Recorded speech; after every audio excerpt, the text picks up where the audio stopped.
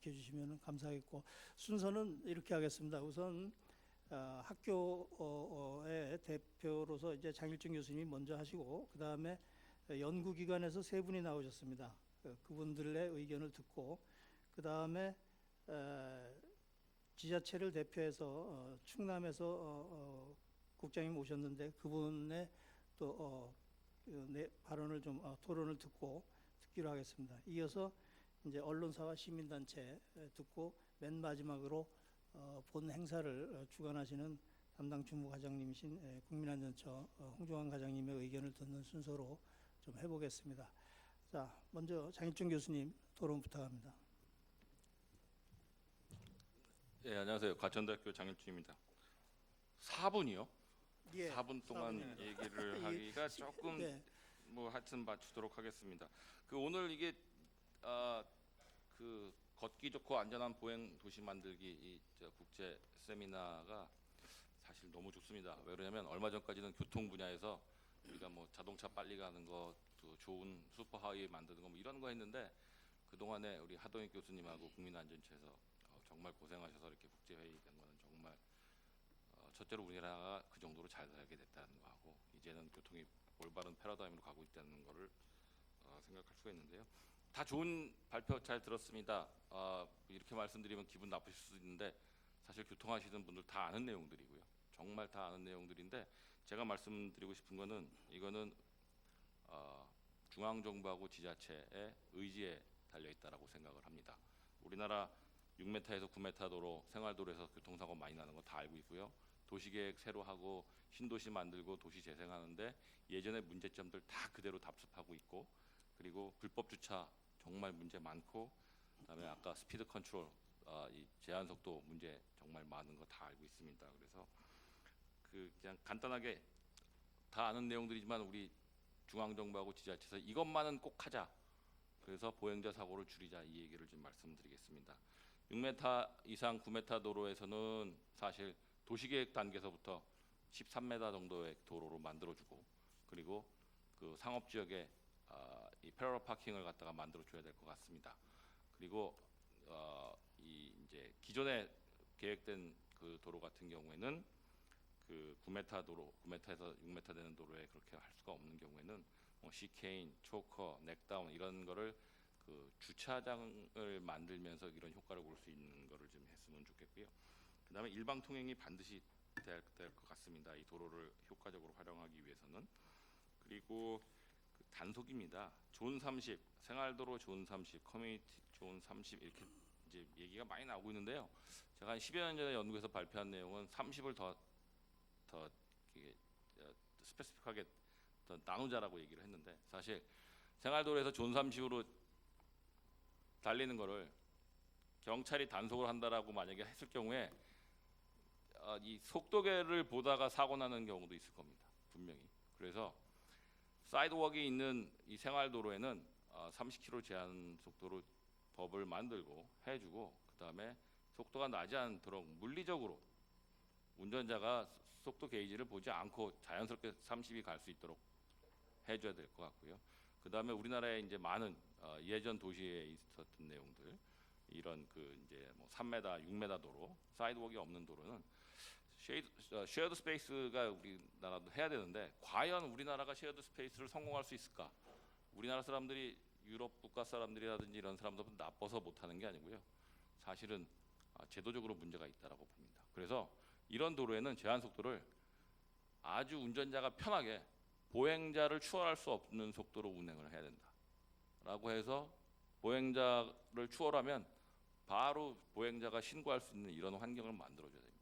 우리 저기 외국에서 오신 분들 우리나라를 이상하게 생각하시지 말고요. 단속이 연관이 안 되면은 잘 이제 안 지키는 게 우리나라 운전자들의 습관이기 때문에 그런 부분을 좀 했으면 좋겠고요. 마지막으로 그 정말 중요한 건데요.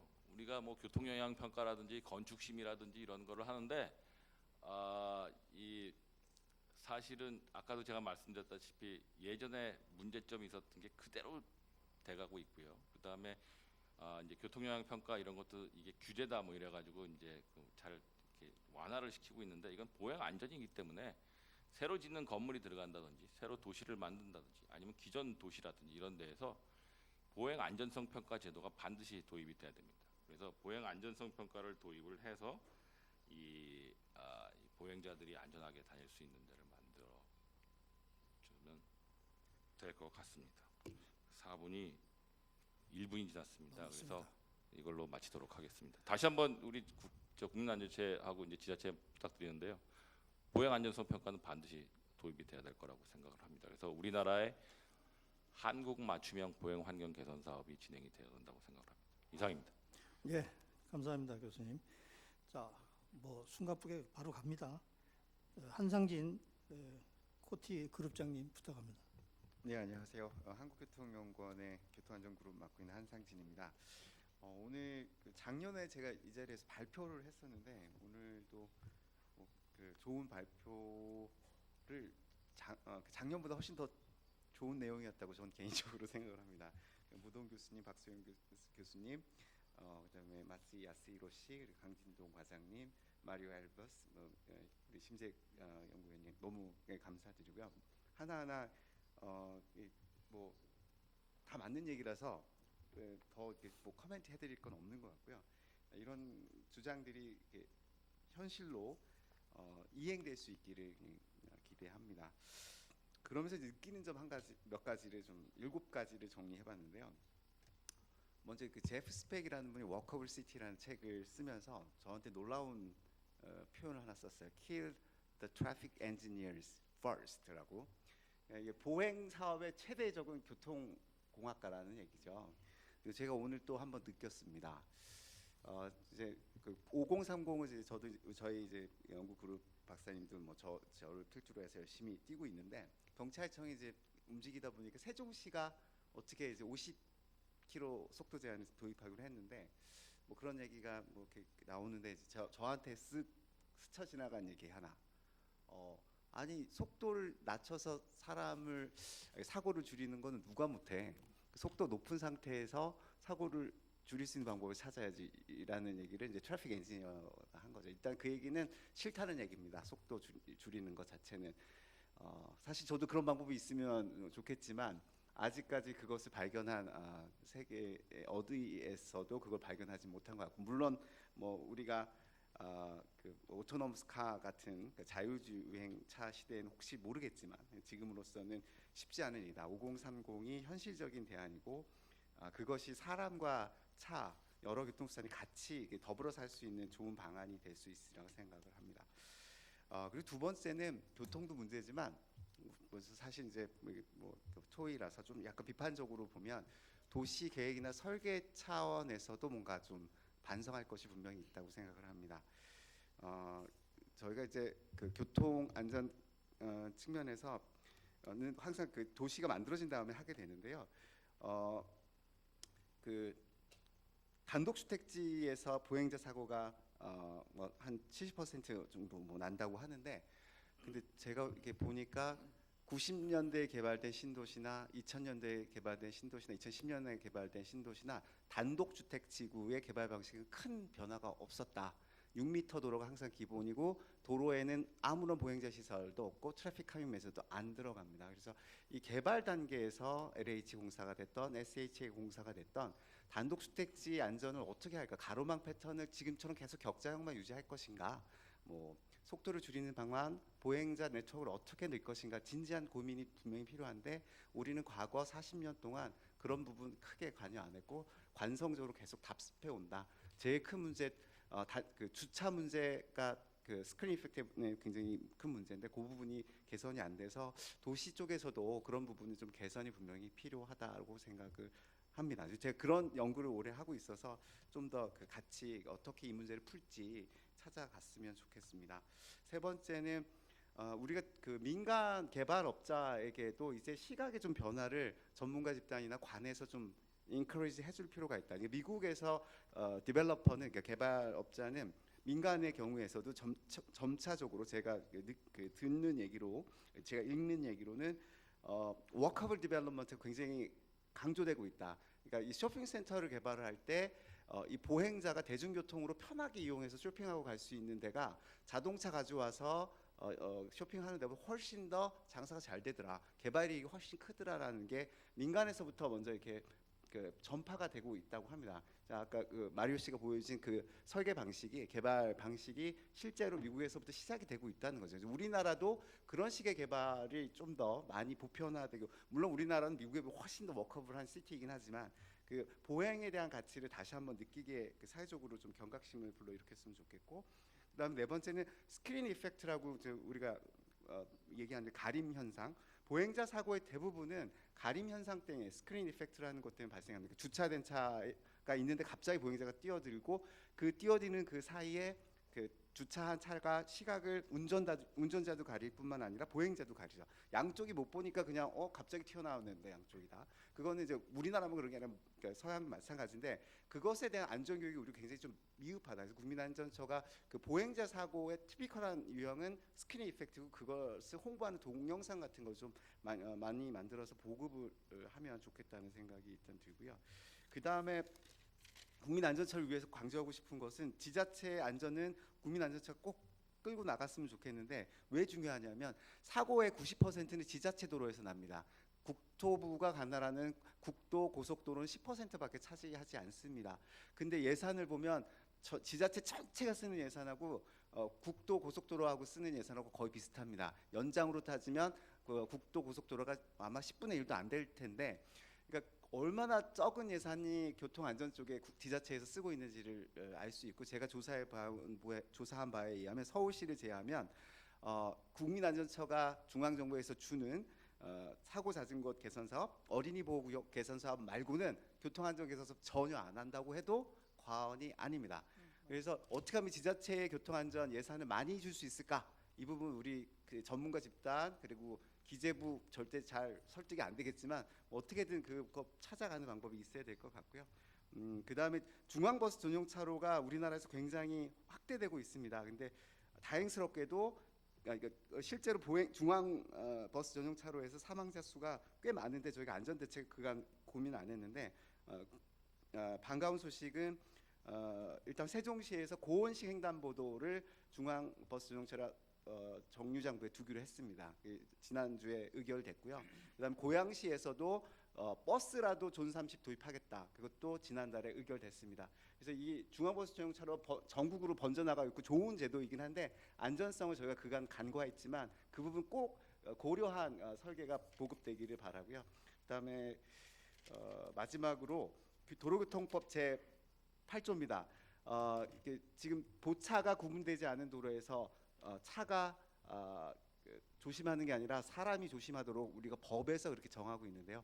이 부분이 저는 왜 중요하냐면, 지금까지 교통 킬 더 트래픽 엔지니어처럼 사람들은 차량 위주의 생각 속에 머물러 있는데, 법도 그걸 굉장히 적극적으로 지원해주고 있거든요. 근데 이게 보행자 중심의 사회로 바꾸기 위해서는 법부터 좀 차가 사람을 조심해야 한다라는 그 철학을 법이 좀 담아내기를 간절히 바랍니다. 이상입니다.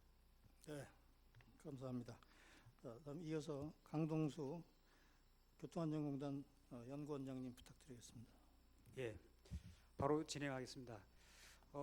우리나라 그 예전에 말이죠, 그 가마 문화라는, 그 조선 시대 가마 문화라는 게 있었습니다. 그 뭐냐면 이 지체 높은 양반인네들이 가마를 타고 가면 도로를 걷던 그 백성들이 말이죠, 걷는 백성들이 마치 모세 기적처럼 쫙 그 길 가로 이렇게 피하는 그런 형태의 그 문화가, 이게 급속한 자동차 산업이 발전하면서 그 자동차로 대체되는 듯한 그런 그 의식들이 아직도 남아 있거든요. 예컨대 우리가 그 횡단보도 신호등 없는 그 횡단보도를 그 건널 때 그거는 언제나 그 신호등 없는 횡단보도는 언제나 횡단보도이고 언제나 보행자가 우선인 그런 공간임에도 불구하고 차를 운전하는 운전자들은 내가 우선한다라고 생각을 합니다. 그래서 그 걷고 있는 보행자가 있음에도 불구하고 삐질삐질 들어온다든지, 그리고 차량 통행이 많으면 도대체 보행자는 언제 어느 타이밍에 건너야 될지를 모르는, 그래서 갑작스럽게 횡단하다가 사고가 나는 경우가 흔히 발생하고 있거든요. 이런 것들이 우리 법 제도에도 여전히 남아 있습니다. 즉 차량이 우선하고 보행자는 우선 밑에 있다라는 그런 의식들이 법 제도에도 여전히 남아 있는데, 예컨대 교통안전법에 보면 보행자의 의무라고 있는데, 보행자는 그 통행을 할 때 자동차에 방해가 되지 않도록 걸어야 한다라고 되어 있습니다. 이거는 그 1970년대 일본의 그 교통안전 대책 기본법을 그대로 이렇게 원용하면서 그게 여전히 남아 있는 형태의 입법인데요. 뿐만 아니라 도로교통법에도 물론 10년 전쯤부터 해가지고 도로교통법이 대대적으로 어떤 보행자 중심으로 개편을 했습니다만, 여전히 보행자를 홀대하는 그런 조문들이 남아 있습니다. 예를 들면 그런 거죠. 뭐 횡단보도 이격거리를 200m로 한다든지, 그거는 200m로 한다면 이건 뭐 중간에 불필요하게 불가피하게 뭐 무단횡단하는 일도 발생하겠죠. 그런 것들이라든지, 또는 뭐 아까 우리 신 박사님이 말씀하신 것처럼 2000년에 그 사망 사고 기준이 72시간에서 30일로 변경이 됐습니다. 근데 여전히 72시간의 잔재가 남아 있습니다. 예를 들면 보행자를 사망에 이르게 했을 때 우리 지금 현재의 어떤 그 생명 연장술은 굉장히 발달됐거든요. 보통 한 5일 정도의 어떤 인공호흡기를 끼고 견딜 수가 있는데, 근데 72시간이 지나면 벌점이 중상벌점으로 부과되거든요. 그런 것들이 여전히 있던 가해자 중심, 운전자 중심의 법 제도란 말이죠. 더욱 문제는 뭐냐면 교통사고 처리 특례법이에요. 아까 우리 박수현 교수님이 우리 그 서울의 생활도로를 아주 낭만적인 모습으로 참 잘 보여줬습니다. 참 그 그림이 정겹고 참 그 어떤 가슴이 따뜻해지는 그림인데, 근데 사실 거기 굉장히 많은 위험들이 도사리고 있거든요. 진짜 그 법적 관점에서 봤을 때는 상당히 많은, 그게 자동차와 개입되면서 그렇습니다. 그 교통사고 처리 특례법에 보행자로서 보호받을 수 있는 공간은 횡단보도와 그 다음에 보도입니다. 보도는 물리적 시설, 즉 연속 20cm의 높이의 보도 블록을 이렇게 깐 공간만 보호해 줍니다. 그러니까 갓길이라든지 길 가장자리 구역, 지방부 가면 갓길 길 가장자리 구역조차도 풀이나 잡목으로 우거져 가지고 차도를 걸을 수밖에 없는 그런 경우도 많거든요. 그런 데는 무단횡단입니다. 그러니까 이게 절대 그 보행자로서 보호받을 수가 없는 그런 공간이 돼 버리는 거죠. 교통사고 처리 특례법이 그래서 그렇습니다. 지금 마리오 엘버스 총장님도 발표해 주셨는데, 아마 이 보도 위에 주차된 차량을 보여주셨는데, 아마 그게 저기 같아요. 그 포르투갈 리스본 아닌가 싶습니다. 우리나라는 보도 블록을 그냥 그 시멘트 보도 블록을 까는데, 포르투갈 리스본 가니까 그 도자기로 해서 보도 블록을 깔고 있더라고요. 거기도 비슷한 상황이긴 한데, 그래서 아마도 보행사고가 많지 않을까 싶은데, 우리가 생활도로에서의 어떤 교통사고 사망률의 점유율이 2011년도에 58%였는데 2015년도에 56%였습니다. 여전히 나아지지 않고 있습니다. 아무리 시설 개선하더라도 나아지지 않는 건 이러한 우리 교통사고 처리 특례법과 같은 그런 독소적인 조항. 그래서 조금 더 어떤 보행자를 보호할 수 있는 공간, 이걸 좀 더 확대되지 않겠냐. 어떤 문제가 있냐면 우리 지방부 도로에서 횡단보도가 없으면 차도 횡단을 허용하고 있음에도 불구하고 차도 횡단을 했습니다. 그래서 사고가 났으면 교통사고 처리 특례법을 적용해서 운전자에게 그 형사처벌을 면하게 해줍니다. 그러니까 이게 법하고 법끼리도 이렇게 충돌이 되는 상황입니다. 차도 보행을 허용하는데 교통사고 처리 특례법에서는 가해자를 처벌하지 않는 형태. 이거는 좀 문제가 있지 않습니까? 어떤 형태로든 우리가 다른 그 개별법에서 아무리 이 보행자를 위한 제도를 만들더라도 교통사고 처리 특례법이 보행자가 그 보호받을 수 있는 공간을 딱 잡고 있는 이 체제 내에서는 절대로 이게 보행사고가 개선될 여지가 별로 없다는 거예요. 그래서 하루빨리 어떤 보행 공간을 보호받을 수 있는 보행 공간을 좀 더 확대해야 되지 않을까 하는 그런 생각이고요. 법 제도가 그래서 더욱 필요하다고 그렇게 생각이 듭니다. 이상입니다. 네, 감사합니다. 자, 이어서 건축도시공간연구소 김승남 박사님 부탁합니다. 네, 안녕하세요. 김승남입니다. 토론을 하려고 이제 딱 생각을 하고 이제 옆을 딱 돌아보니까 공교롭게도 이제 이렇게 이분법적으로 생각하는 건 좀 바람직하지 않겠지만 굳이 나누자면 저만 도시 전공인 것 같고 다른 분들께서는 이제 교통에 가까우신 전공이신 것 같아요. 그래서 제가 도시를 좀 대표하는 입장에서 발언을 해야 되는데 그러니까 그럴 수 있는 자격이 있는지는 좀 모르겠어가지고 조금 송구한 마음이 있습니다. 그러니까 제가 전공이 조금 다르다 보니까 사실은 오늘 6분이 발표해 주시는 내용 중에서 굉장히 몰랐던 내용도 많이 알게 되었고 특히나 이제 교통사고와 관련된 통계들이 과거에 비해서 굉장히 많이 개선되었구나라는 것도 알게 돼서 굉장히 여러모로 저에게도 도움이 되는 자리였던 것 같습니다.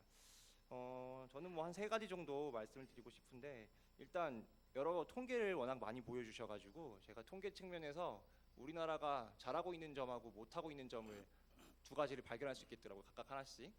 첫 번째는 OECD 국가 중에서 교통사고 사망자 중 보행자 비율이 38.9%로 OECD 국가 중에서 1등이라고 하는 통계가 있었죠. 저는 이게 보면서 처음에 뭐 그럴 수 있겠다 생각을 했는데 조금 의아했던 부분도 있었어요. 바로 보면은 2등이 일본이에요. 예. 그리고 오늘 오신 포르투갈 8등이고 그리고 미국은 굉장히 하위권입니다. 그러니까 이걸 보면서 조금 이상한데 일본 같은 선진국인데 왜 그렇지? 이런 생각도 들었고 미국은 굉장히 자동차 중심의 도시인데 왜 그렇지? 이렇게 생각이 들었어요. 근데 이걸 보면서 저희는 좀 긍정적인 저는 부분을 생각을 했거든요. 그게 뭐냐면은 기본적으로 보행자 통행수단 분담률이 일본이나 한국은 굉장히 높습니다. 그렇기 때문에 차대 사람의 사고 비율이 높을 수밖에 없는 거죠. 네. 상대적으로 미국 같은 경우는 그 반대인 거고요. 그래서 저는 이런 통계를 보면서도 우리도 좋은 점이 있다 분명히 이런 점을 좀 느낄 수가 있었고 그래서 또 생각한 게 뭐냐면 이제 다른 통계인데 이번에는 그 아까 방금 말씀드린 이제 보행자 통행수단 분담률이라고 하는 게 반대로 이제 아까 그 통계에 비해서 굉장히 높아요 한국이. 특히나 이제 아까 박소영 교수님도 언급해 주셨지만 초등학생 같은 경우에 뭐 80% 내지 90% 이상은 걸어서 초등학교에 통학을 합니다. 그 북미 도시에 비교를 해보면 굉장히 놀라운 통계죠 사실. 그런데 여기서 또 이제 아쉬운 점이 보여요 저는. 지금 굉장히 숫자가 높지만 점차적으로 이 숫자가 내려가고 있습니다. 반대로 부모들이 아이들을 태워서 학교에 가는 비율은 아직 그 쉐어가 굉장히 작지만 점차 증가하고 있고요. 그래서 제가 이제 이런 통계에 대해서 말씀을 드리는 이유는 뭐냐면은 안전에 대해서 저희가 많이 노력을 해왔고 성과를 거두고 있다. 아직은 부족하지만 뭐 나아지고 있다. 이런 걸 느끼면서 동시에 그 외적인 측면, 보행에서 안전 외적인 측면, 편의성이라든가 쾌적성 같은 측면을 우리가 같이 고려하지 못하면은 우리가 가지고 있던 장점, 보행자 통행수단 분담률이 높다는 이 장점은 결국에 계속 떨어질 수밖에 없다. 저는 이런 생각이 좀 들었어요.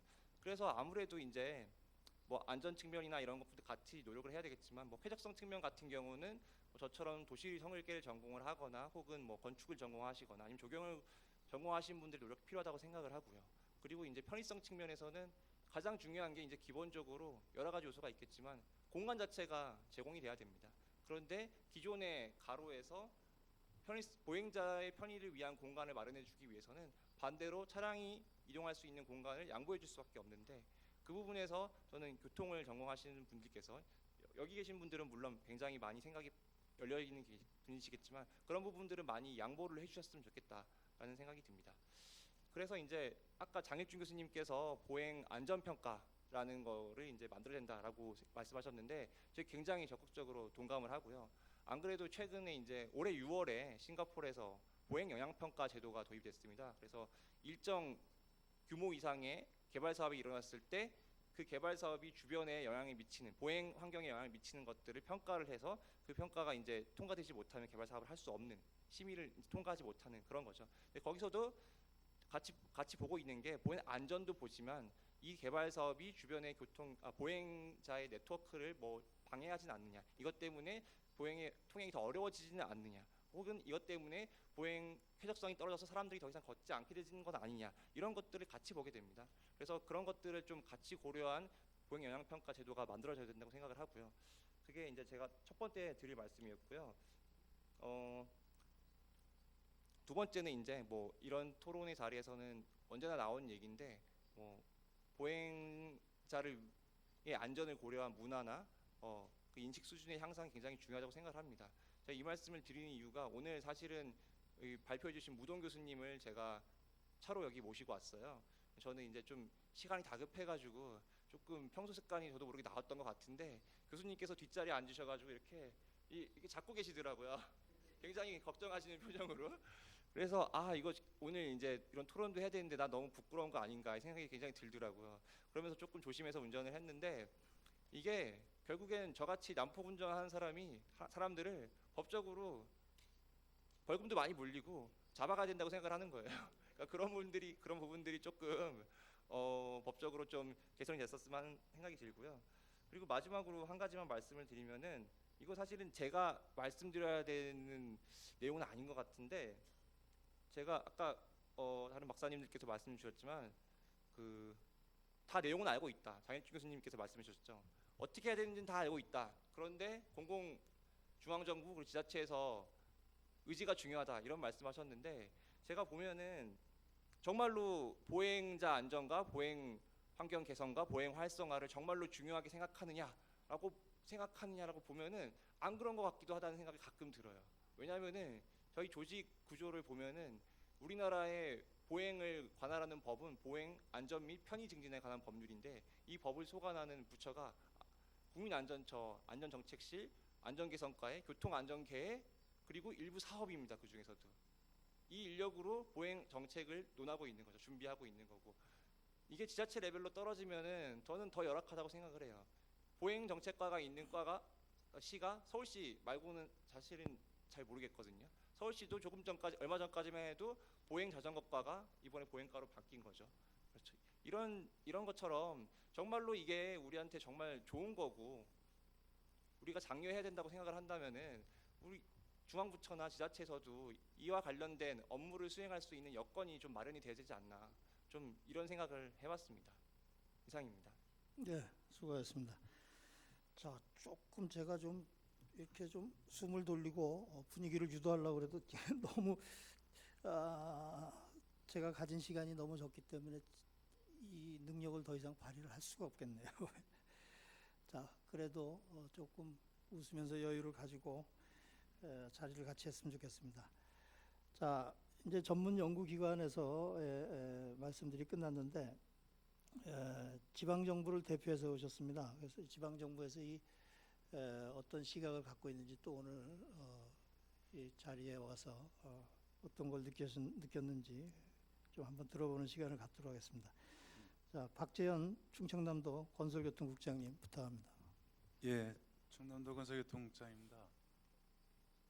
저는 오늘 되게 많이 좋은 이야기들 많이 듣고 많이 배워가는 것 같습니다.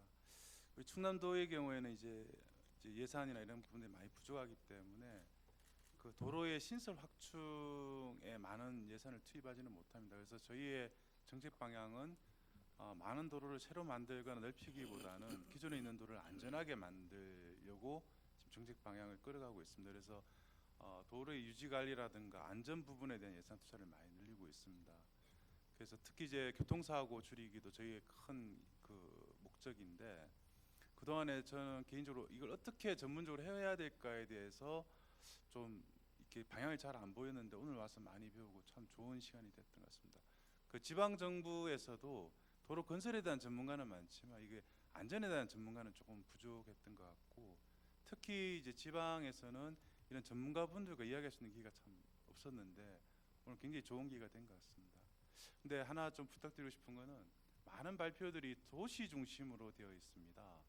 근데 좀 이 농촌 지역에 대한 관심을 좀 연구도 좀 필요하지 않나 싶습니다. 왜냐하면 우리 충남도의 경우에는 고령화율이 한 16%로 굉장히 높고 도시화율이 낮습니다.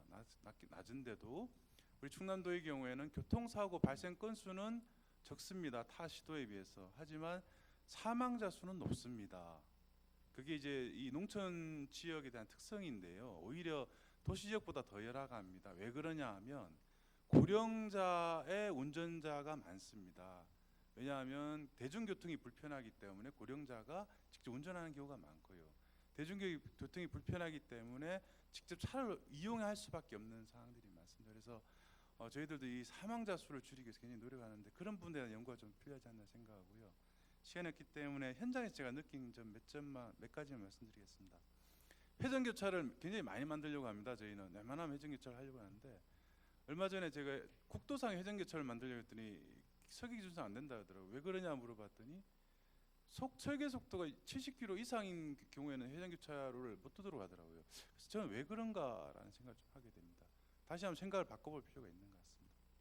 두 번째는 이 보행자에 대한 건데요. 보행자 중에서도 우리 장애인에 대한 보행에 대한 것도 관심을 좀 가져주셨으면 합니다. 우리가 뭐 볼라드나 이런 것들에 대해서 많이 개선을 했다고 하지만 실제로 저희가 얼마 전에 장애인 단체들과 같이 한번 현장을 점검해 보니까 비장애인이 생각했던 거하고 실제 장애인이 느낀 거하고는 큰 차이가 있는 것 같습니다. 마지막으로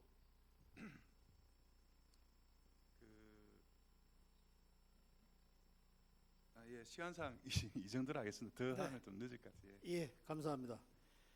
자, 다음에 그 시민단체입니다. 대표로 이윤호 안전생활실천 시민연합 처장님 부탁합니다. 제가 말씀드리려고 준비해놨던 걸 앞분들이 말씀을 하셔서 저는 4분을 다 안 써도 될 것 같습니다. 아유, 우선 조금 첨언해서 말씀드리겠습니다. 저도 항상 말씀드리지만 도로교통법 제8조의 보행자의 의무는 대단한 악법이다라고 생각하고 이 부분에 대한 조속한 개정을 요청을 좀 드리는 바고요. 두 번째는 아까 강동수 박사님 말씀하셨던 것처럼 교통사고 처리 특례법 외국 계신 분 있지만 우리나라만 갖고 있는 법입니다.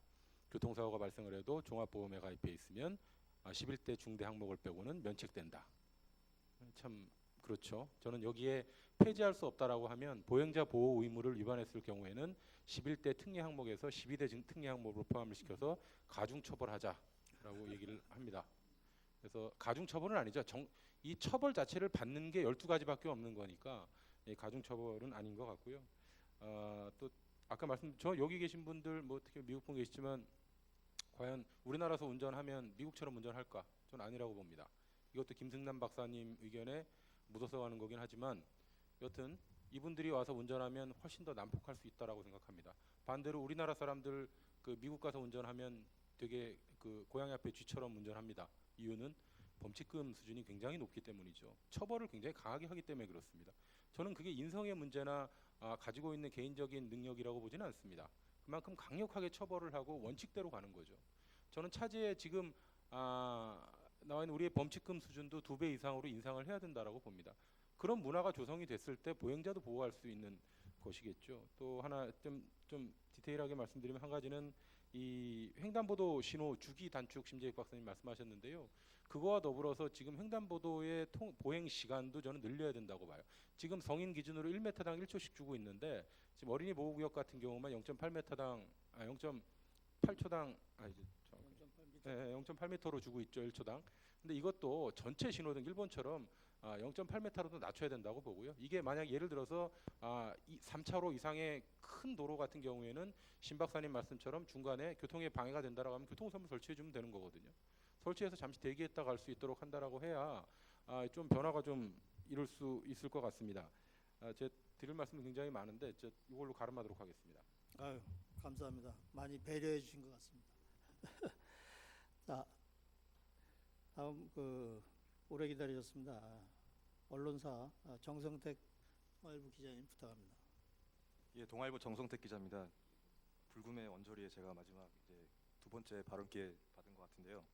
저는 올해부터 교통팀장 맡고 있고 동아일보는 국내 매체 중에서 유일하게 교통 전담팀을 2013년부터 운영하고 있습니다. 그래서 올해는 특히 교통사고 사망자 2,000명 줄이자는 모토를 정해서 5대 제언을 만들었거든요. 그 중에 하나가 보행 운전자였고 그 도심 제한속도 줄이자라는 저희가 제언을 제시했습니다. 그래서 그게 지금 경찰에서 제가 알기로는 그 안전속도 5030이라는 정책을 도입하기로 하겠다고 저희가 인터뷰도 했었고요.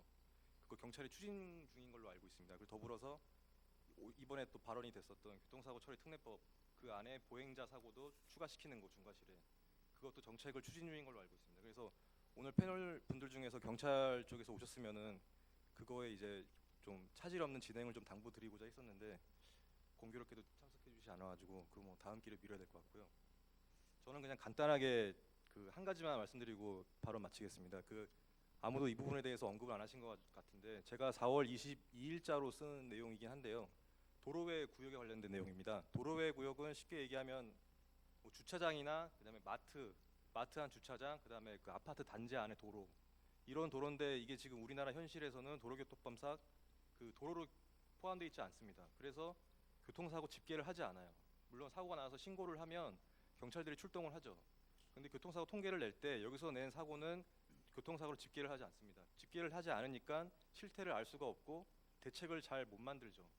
그래서 이 부분이 제가 봤을 때 좀 사각지대라고 생각을 하는데 이 부분은 좀 빨리 좀 보완이 필요하지 않나 라는 생각을 하고 있습니다. 마치겠습니다. 네, 감사합니다. 아, 국민안전처 담당 과장님 토론 듣기 전에 한번 플로어에 좀 기회를 좀 드려보겠습니다. 참 어려운 문제죠. 오늘 뭐 제도 얘기 나왔고 시설 모든 얘기 그 다음에 뭐 여러 가지 얘기들이 나왔습니다만은 제가 한 달 전에 겪은 일인데 횡단보도 앞에서 초등학생이 100m 달리기 준비 자세를 취하고 있었습니다. 녹색불만 들어오면 뛰어나갈 준비를 하고 있었겠죠. 그 친구는. 제가 운전을 해서 어떡하나 그러고 그냥 뒷차에 밀려서 가긴 갔습니다만은 참으로 아찔한 순간이었습니다. 그런 것이 노출된 게 아까 국장님 지방정부 얘기했는데 우리 지방도로 가면은 개발 위주로 하다 보니까 보도나 안전 이런 건 뒤에 하고 적은 돈으로 차 다니는 길부터 만들자. 사실은 이렇게 했었습니다. 그런 것이 지금 그대로 시대 요구에 뭐 노동 문제, 환경 문제 이런 데 가려지다 보니까 SOC는 그대로 방치된 상태로 온 게 사실 많습니다. 그래서 또 오늘 이런 자리가 그런 걸 또 한번 좀 만회해 보자는 자리니까 방청석에서 좀 한번 한 두어 분 좀 시간은 늦었지만은 좀 한번 모셔볼까 합니다. 예, 소속하고 성함 좀 말씀하시고.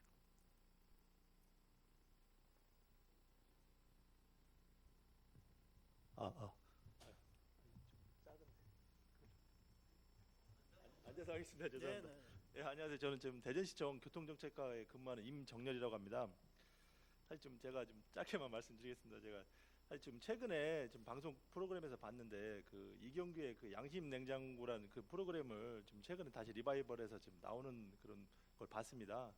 근데 지금 과거에 지금 비교해서 지금 현재 지금 방송을 보니까 우리나라 그 국민들의 그 교통안전 의식 수준이 상당히 좀 향상된 거를 좀 확인할 수가 있었습니다. 근데 제가 지금 이런 말씀을 좀 왜 드리냐면은 저는 사실 지자체에서 그 보행자의 안전을 위한 그런 사업을 좀 직접적으로 시행하는 그 입장에 있습니다. 그러다 보니까 사실 그 보행 안전 환경 그런 그 사업들이 사실 지금 보행자들한테 좀 굉장히 좀 좋은 사업인데 그 사업 지구내 그 상점이라든가 그런 걸 운영하시는 분들 입장에서는 상당히 좀 이제 자동차가 다닐 수 있는 공간이 좁아지고 이제 그러다 보면 이제 주차를 할 수가 없어서 이제 사람들이 안 찾아와서 이제 매출이 좀 줄어든다 이런 입장으로서 이제 그런 사업을 반대하시는 분들이 상당히 많습니다. 그래서 지자체에서는 좀 사업을 추진하기가 상당히 어려운데 사실 좀 제가 말씀드리고 싶은 거는 중앙부처 좀 그 주관해서 그런 지금 아까 말씀드린 그런 이제 공공성이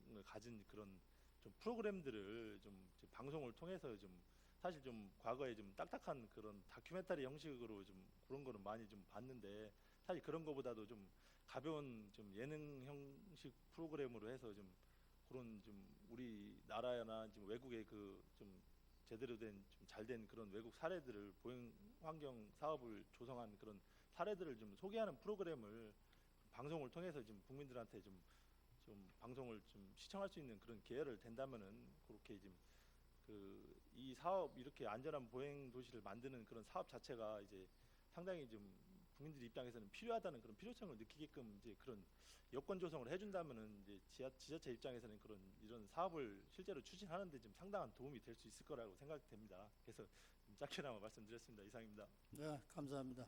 사실 중요한 얘기입니다. 우리가 정부에서 일을 하다 보면 홍보라는 비용이 책정이 안 되는데 사실 좀 책정이 돼야 되거든요.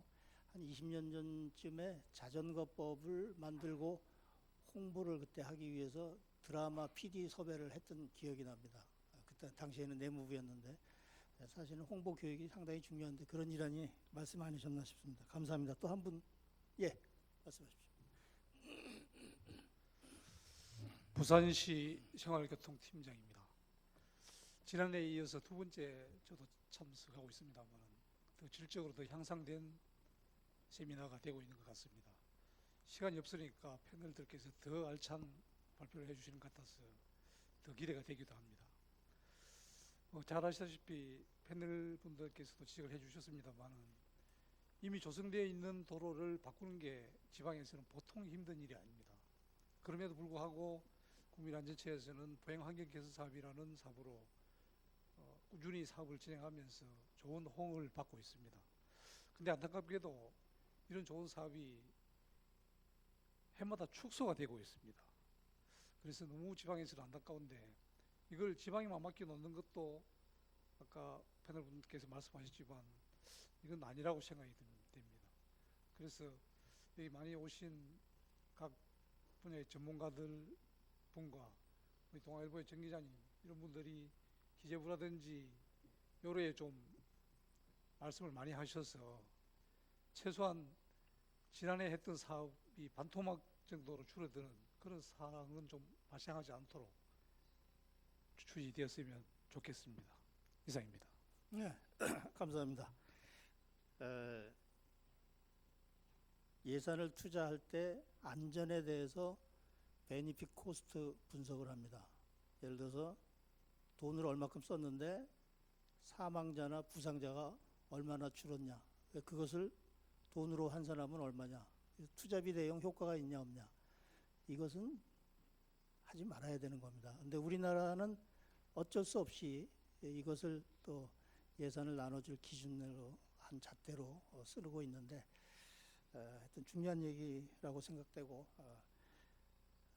더 드렸으면 좋겠지만은 이상으로 플로어의 의견은 그만하는 걸로 하겠습니다. 다행히 어떤 오늘 발제자에 대한 이런 뭐 질문이나 이런 것이 안 나왔기 때문에 그런 협조로서 토론을 좀 일찍 마칠 수 있을 것 같습니다. 자, 늦었지만은 마지막으로 이 주무부처인 국민안전처 홍종환 안전개선 과장님의 토론을 들어보도록 하겠습니다. 네, 오늘 말씀 잘 들었습니다. 여러분들이 지금 플로어라든지 그다음에 뭐 보행 안전성 평가 이런 부분에 대해서는 저희들이 충분히 검토를 하고 저희 안전처가 할 수 있는 일을 안전처가 하고 그다음에 경찰처가 협업할 수 있는 일들은 같이 이렇게 진행해 나갈 수 있도록 그렇게 하겠습니다. 제가 지금 말씀드리고 싶은 것은 제가 보니까 이게 많은 보행 안전 사고들이 저희 국민 안전처가 잘못했었고 일어난 것 같은 그런 분위기를 좀 많이 느꼈는데요.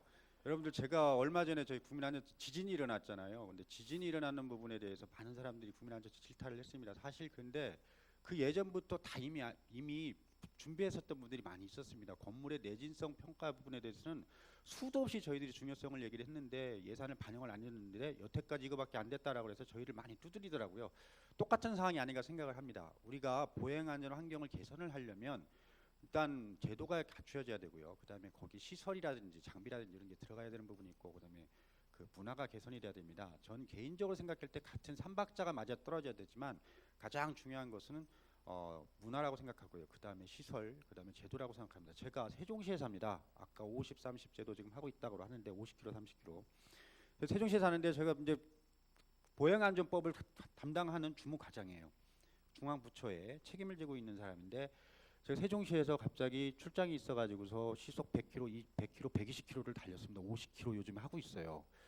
제가 생각을 해보니까 내가 나중에 보니까 딱지까지 날라갔더라고요. 야, 이게 내가 이렇게 봤을 때 딱지까지 났는데 CCTV가 있는데 그것도 모르고서 갔다가 있어. CCTV가 있었으면 그 지역은 속도를 감소해서 아마 그 지역은 일시적으로 감소를 했을 겁니다. 자, 이게 현실이란 얘기죠.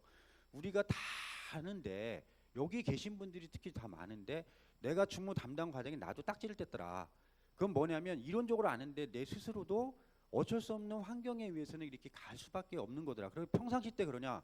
평상시 때 타고 가다가도 차가 없을 때는 제가 어떨 땐 70-80km까지 막 이렇게 달리는 경우가 있어요. 그래서 나도 문제다. 그러면 이런 현상이 어떤 데 반영이 되느냐? 아까 예산 문제 나오지 않았습니까? 기재부에서 아무리 보행안전 이렇게 얘기한다고 되지 않고요. 우리 아까 시설로 있어서 제도가 아까 50km로 갑자기 이제 줄어드는 도시화 도로에서 줄어들잖아요. 180km에서 줄어들게 되면 시설이 없으면 안 됩니다. 그냥 80km로 가요.